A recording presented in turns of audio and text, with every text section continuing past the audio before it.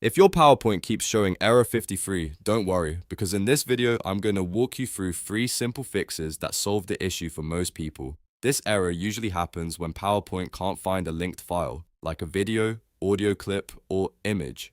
The good news is that in many cases, you can fix it yourself in just a few minutes without needing any advanced technical skills. So if you want to get your presentation working again, stay tuned. And if this video helps, make sure to hit like and subscribe for more quick tech tutorials. Let's start with the most important fix first. Step 1 is to keep all of your files in one folder. This is the best place to begin because error 53 often happens when PowerPoint loses track of media files after they've been moved, renamed, or stored in different locations. To do this, create a new folder on your computer and move your PowerPoint file into that folder.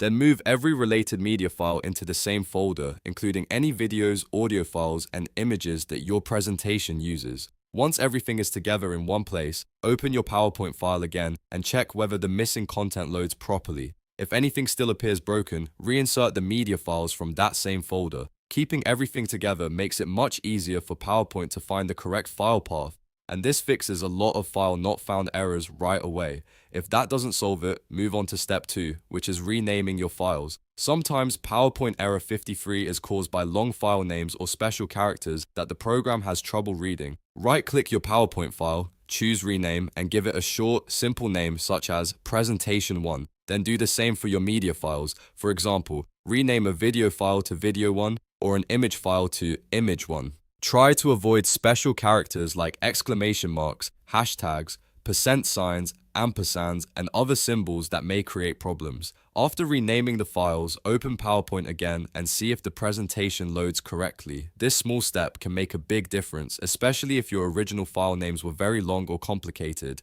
Now let's go to step 3, which is to reinsert the missing media. If PowerPoint still shows error 53, the link to the original file may be broken completely, so the safest solution is to add the file again manually. Open your presentation and go to the slide where the error appears. Delete the broken video, image, or audio placeholder from that slide. Then click Insert, choose Video, Audio, or Picture, depending on the file type, and select the correct file from the folder where you saved everything.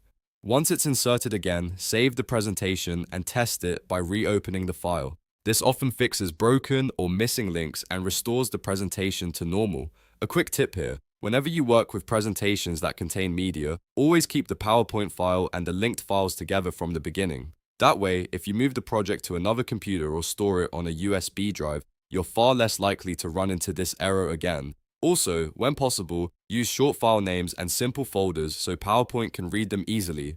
So to recap, if you want to fix PowerPoint error 53, first keep all files in one folder, then rename the files if needed, and finally reinsert any missing media that still isn't working. In most cases, one of these methods will solve the problem completely. If this tutorial helped you out, please give it a like, subscribe for more helpful software fixes, and turn on notifications so you don't miss the next video.